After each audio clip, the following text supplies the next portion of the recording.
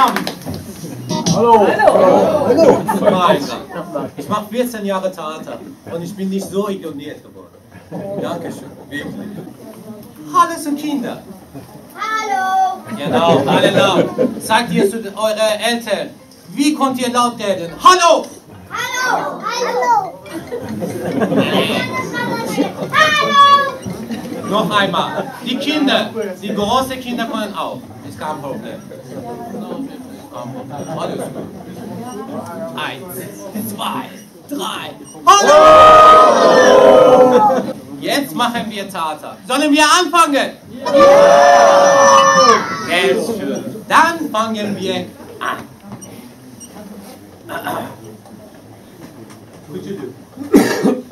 So.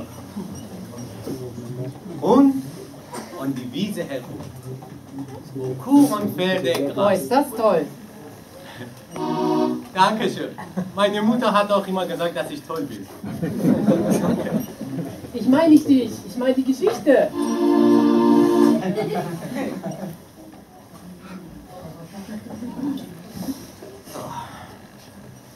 Fangen wir an. Und die Wiese herum. Wo Kuh und Pferde Gras. Ich kann das bestimmt viel besser wie du.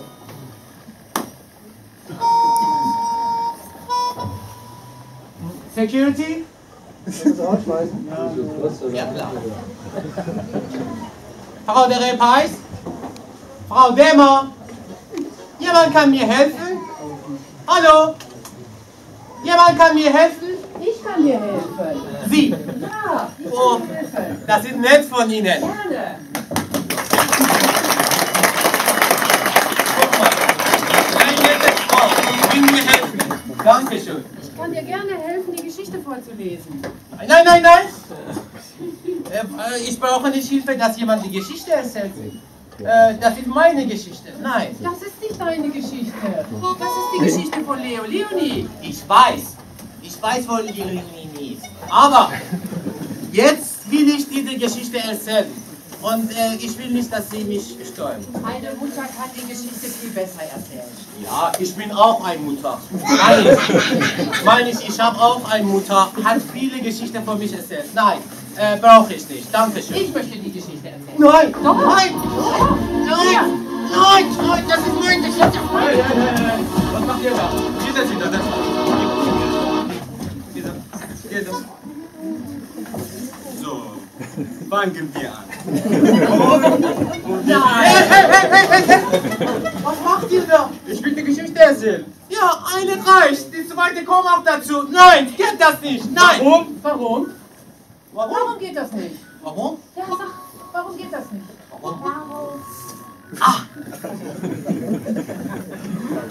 Eine Erzähler muss ein Buch haben. Habt ihr nicht recht? Das heißt, fange ich meine Geschichte an. Fangen wir an. Und die Wiese herum, wo Kuh und Pferde grasen, stand eine alte...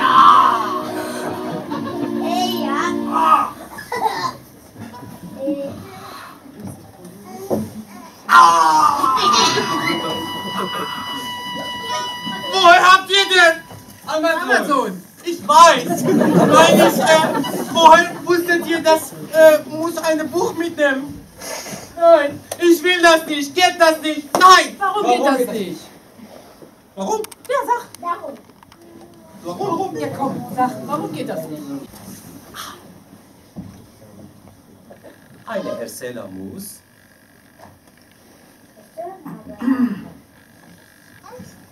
Bitte aufs Auto. Gut.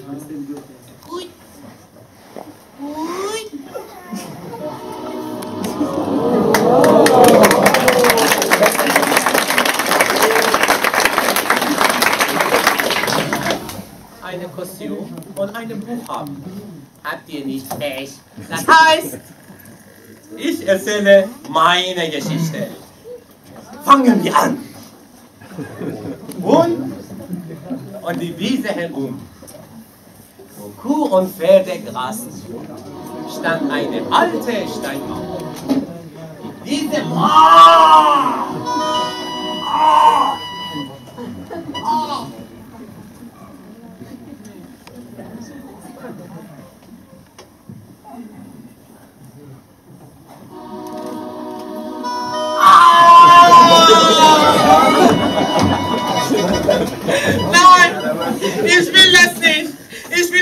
Geschichte erzählen. Das ist meine Geschichte. Oh, ich habe geschwitzt. Oh, richtig. Du musst nicht traurig sein. So. Nein, du musst nicht traurig sein. Ich habe eine gute Idee. Was für eine Idee? Woher kommst du? Brauch von meiner Mutter. Meiner, aus welchem Land kommst du? Ach so, ich komme aus dem Iran. Und woher kommst du? Aus dem Irak. Und ich komme aus Deutschland. Wirklich? Ja, ehrlich. Ja, okay. Ich habe Dirndl, blonde Haare, große Nase. Ich habe auch große Nase, aber ich komme nicht aus Deutschland. Egal, das meine ich jetzt nicht. Okay. Ja, Du kommst aus dem Iran. Stimmt. Du kommst aus dem Iran. Ich komme aus Deutschland.